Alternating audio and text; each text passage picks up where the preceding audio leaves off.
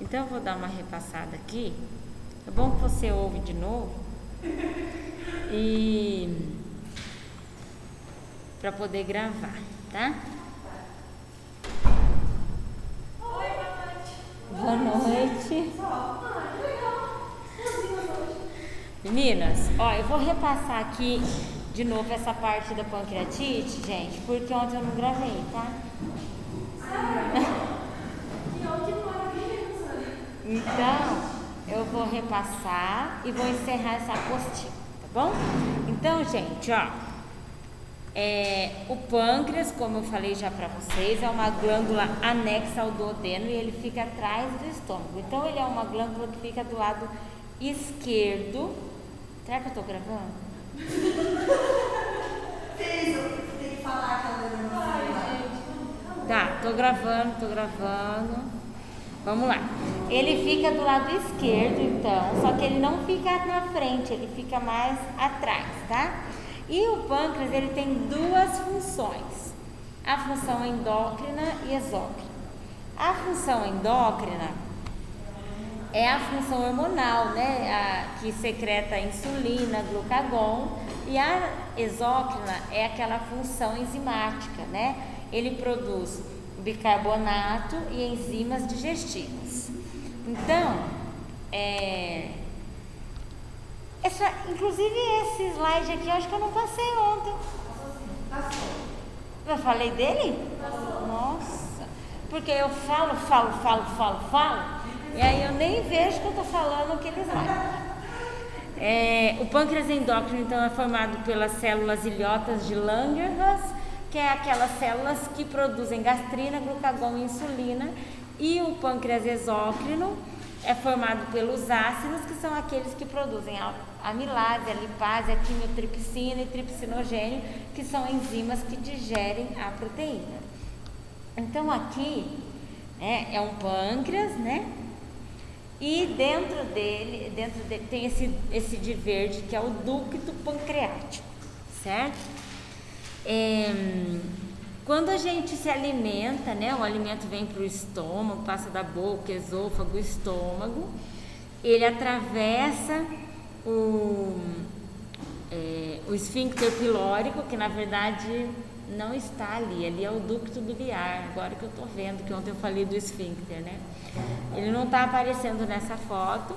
E aí, no momento em que os alimentos chegam no duodeno, que é a primeira parte do intestino delgado, começa a digestão.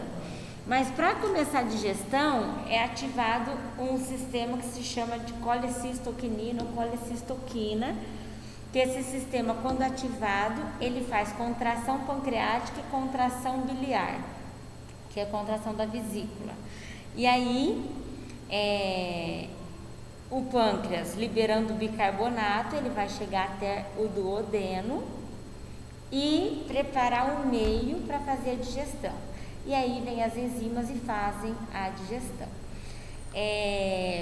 Quando esse alimento que está no intestino é uma gordura, antes do pâncreas liberar bicarbonato e enzimas, ele vai fazer contração da vesícula, aí a vesícula vai liberar a bile, que também vai chegar aqui, e vai fazer a emulsificação das gorduras, tá? E aí vai preparar a gordura para a ação das enzimas que vem do pâncreas. E o que é a pancreatite, então? Eu tô repetindo, gente, porque ontem eu não gravei, tá? Então eu tô dando uma retomada.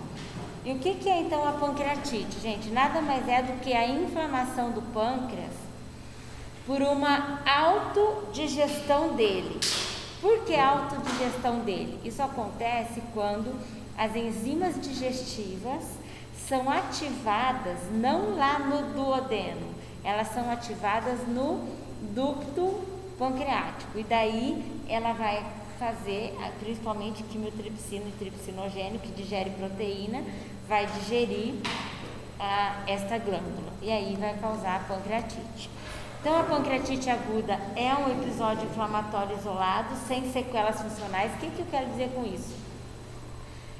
que não necessariamente o paciente vai ter o pancreatite e para sempre vai ficar com pancreatite quando ele tem uma aguda. Ele pode se recuperar e viver muito bem, tá? Já a pancreatite, só que é uma doença que enquanto ela está instalada, ela é extremamente grave. Já a crônica, ela também é grave, mas ela não é tão abrupta quanto a aguda, e só que em compensação ela não é uma doença que a pessoa curou e pronto, acabou. Ela pode estar na fase aguda ou não. Então, a pancreatite é quando ocorre um desequilíbrio entre as proteases, que são enzimas que digerem proteína. Elas são ativadas no próprio pâncreas e aí faz a inflamação a necrose das células pancreáticas e aí é possível inflamação. As enzimas então ficam ativadas no pâncreas e não no duodeno, fazendo a autodigestão dele. Então, aquilo que eu já expliquei para vocês, né? Aqui está esse amarelo é o pâncreas, aí tem o ducto biliar ou pancreático e o ducto biliar. E a causa mais relacionada com a pancreatite é o alcoolismo, mas em segundo lugar é o cálculo biliar. Por quê? Porque uma das causas que faz autodigestão do pâncreas é quando uma pedra sai da vesícula, né? E vai lá e entope o ducto pancreático. E aí, a hora que a enzima sai do pâncreas, que vai chegar no intestino delgado, ela é impedida por essa pedra que interrompe. Daí a enzima é ativada no própria glândula, fazendo a autodigestão. Então, o cálculo biliar é geralmente a causa de 45% dos casos. A hipertrigliceridemia de mais de 1000, e não é incomum, viu, gente? As pessoas chegarem no consultório com triglicerídeo de mais de 1000. É um risco gravíssimo da pessoa ter uma pancreatite, então ele precisa, assim, para ontem melhorar a alimentação, ele precisa para ontem reduzir lipídio, precisa para ontem reduzir calorias. Vocês vão ver que a conduta da hiperlipidemia está relacionada à gordura e hipertrigliceridemia está relacionada à gordura e quantidade calórica.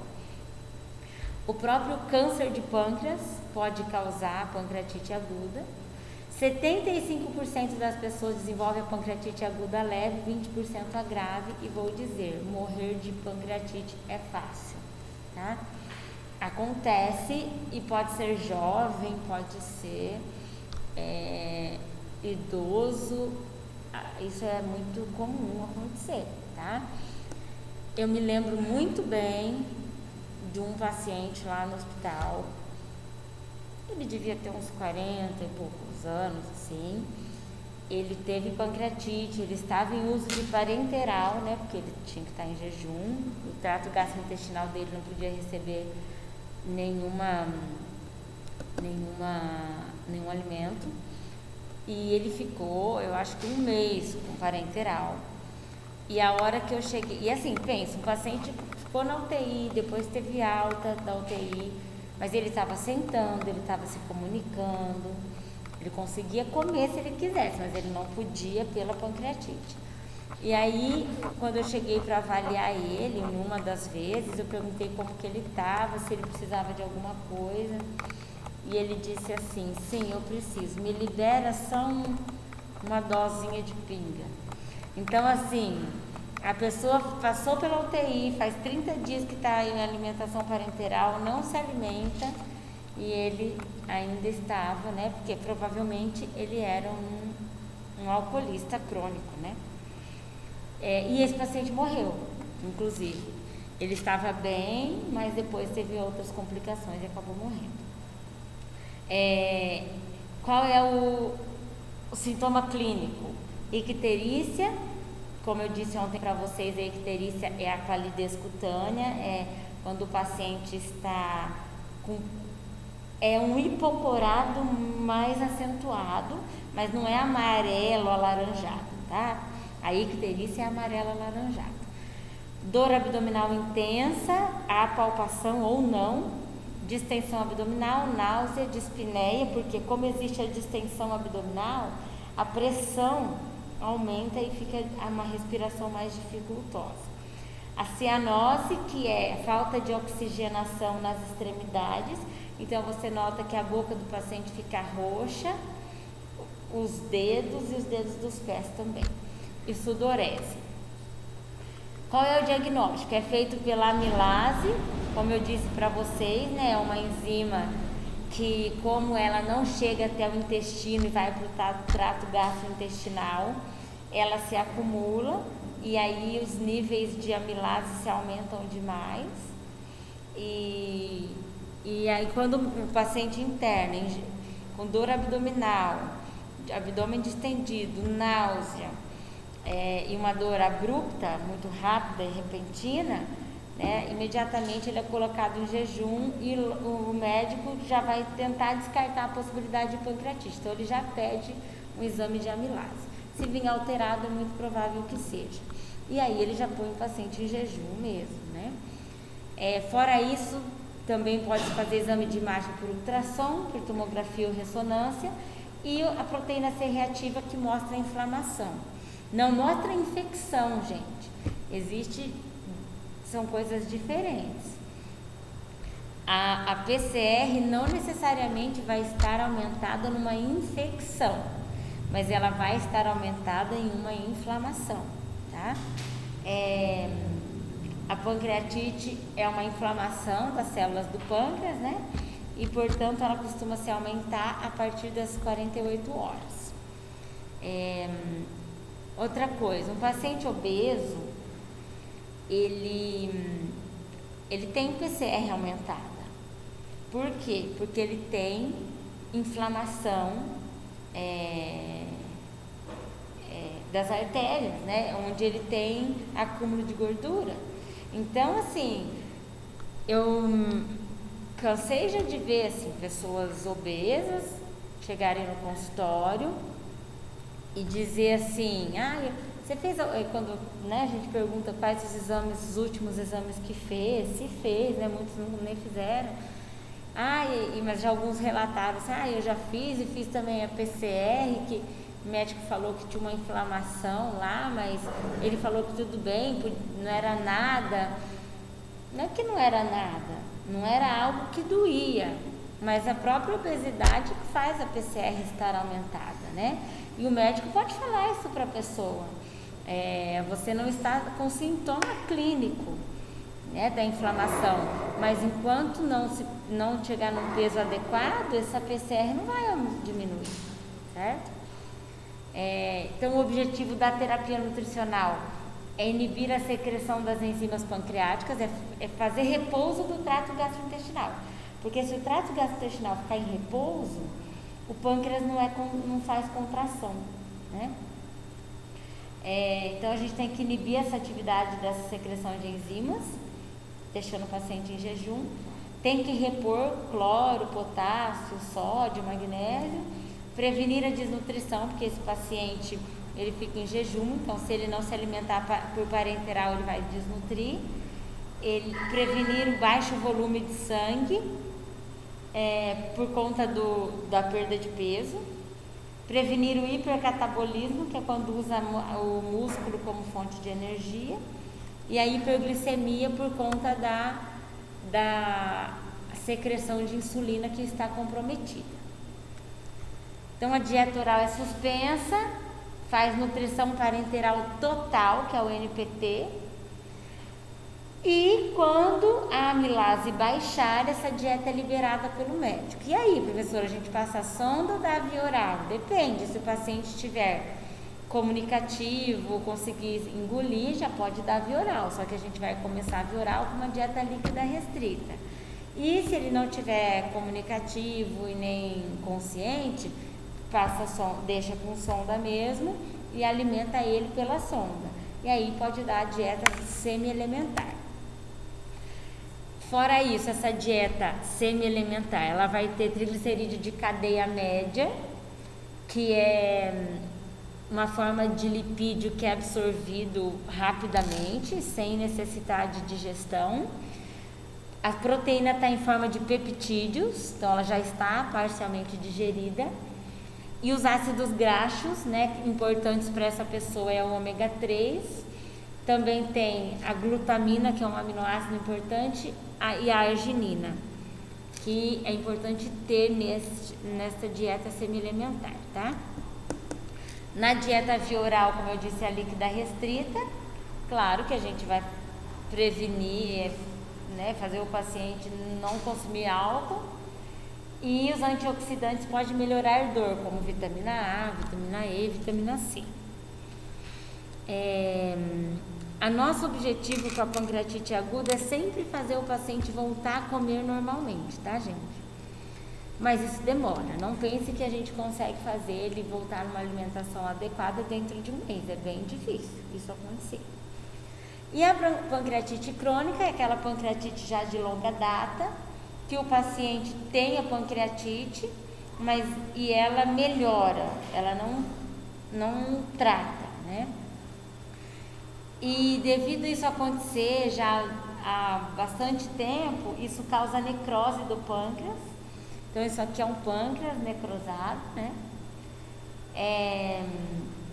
Pode ficar calcificado devido à deposição de sais de cálcio, e ocorre redução dos processos enzimáticos, porque se tem necrose da célula pancreática, as enzimas deixam de ser secretadas, os hormônios deixam de ser secretados também. Então, esse é um pâncreas, como que se diz? Saudável, e este é um pâncreas necrosado, tá?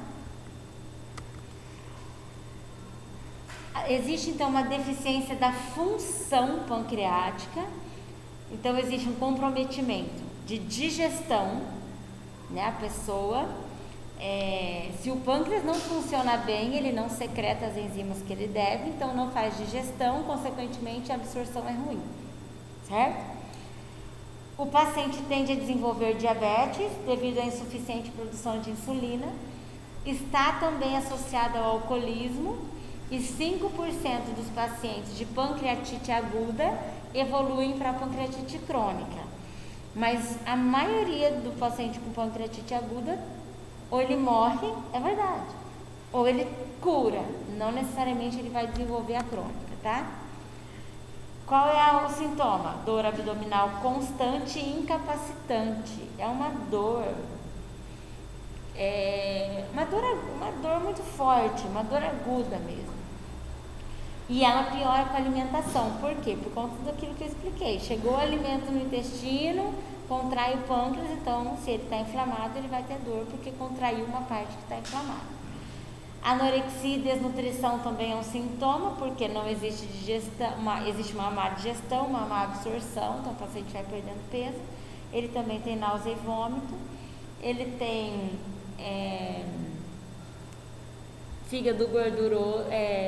gordura nas fezes.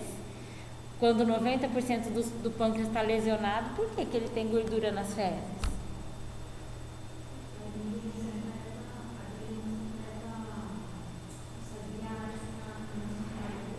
Não, por causa da lipase, né? Porque isso, a bile não emulsificar é um problema na vesícula. Entendeu? Problema na vesícula. Isso aí quando a bile não chega, é porque ou está entupido lá, ou porque é um problema foi retirada a vesícula, tem algum problema na vesícula. Agora, o problema de ter a gordura nas fezes é porque a lipase, né, não está chegando para fazer a digestão, tá? E diabetes mellitus. Qual é o diagnóstico? Exame funcional do pâncreas, né? Vai ver esteatorreia, o paciente relata isso, ele relata emagrecimento, ele relata dor abdominal, ele relata dor depois que come, tá? Ultrassom, tomografia e radiografia simples, que dá para visualizar alguns cistos também. Qual que é o objetivo da terapia nutricional? Fornecer apoio nutricional, porque essa pessoa começa a ter problema com a alimentação, porque dói muito para comer.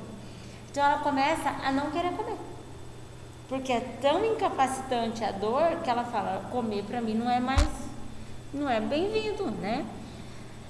Diminuir dores, gente, reduzindo colecistoquinina, reduzindo esse sistema aí.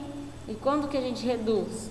Quando a gente diminui consumo de alimento, principalmente do alimento gorduroso. Corrigir desequilíbrio hidroeletrolítico, como sempre, sódio, potássio, cloro, magnésio. Restaurar a ingestão alimentar, digestão e absorção. Repor as vitaminas lipossolúveis. Se der para alimentar pela boca, alimente pela boca, que é o mais fisiológico. Se não der, tiver prostrado, em coma, inconsciente, nutrição enteral. E se precisar fazer repouso do trato gastrointestinal, porque a amilase está aumentada, nutrição parenteral, quando precisar fazer repouso total do pâncreas. Bebida alcoólica, esquece, né? A dieta hiperproteica, gente, esse paciente é desnutrido, ele tem desabsorção, então é de 1 a 2 gramas por quilo por dia. Hipercalórica, mas o que eu aumento se é para deixar hipercalórica? A proteína e o carboidrato, melhor do que o lipídio, porque o lipídio vai acionar mais o colecistoquinina e vai causar mais dor, tá? Outra coisa, só que tem que cuidar da diabetes, porque se a gente der uma hiperglicídica, por exemplo, eu vou poder estar interferindo na hiperglicemia. Então, dependendo, é melhor eu aumentar a proteína, deixar o carboidrato em 55% e o lipídio para completar. Lipídio menos de 20% do VCT, para ser hipolipídico, tá? Menos de 20%. 20 gramas por dia ou 40 a 60 gramas com enzima digestiva. A gente tem as enzimas, né, para se tomar. TCM é a forma de lipídio que o paciente deve consumir, que é o triglicerídeo de cadeia média, que não exige digestão. E suplementação do complexo B, porque ele não está se alimentando, e quando ele se alimenta ele tem muita dor, então ele deixou já de se alimentar bastante. Fazer uso de enzimas pancreáticas, uma dieta pobre em fibra, porque eu não quero nada que dificulte a digestão. Pobre em alimentos flatulentos, porque ele já tem dor o suficiente para ainda ter uma distensão abdominal e flatos incomodando. E pequenas refeições, para não fazer, não causar desconforto do trato gastrointestinal, tá? Os suplementos de enzima aliviam a dor em alguns pacientes.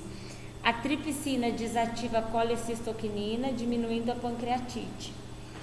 A absorção de lipídios raramente volta ao normal, viu? Na pancreatite, a absorção. Pela incapacidade de reproduzir a liberação sincronizada de enzimas. Então, esse paciente com a pancreatite crônica, ele tem um problema em produzir enzima e liberar ela concomitantemente com a alimentação. Então, a digestão do lipídio inclusive a mais prejudicada. O paciente tem sempre que fazer uma dieta moderada em lipídios, tá, pessoal? Alguma dúvida até aqui?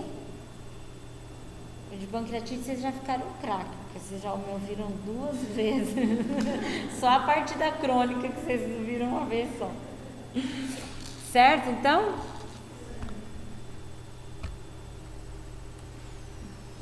Bom, tomara que eu tenha gravado.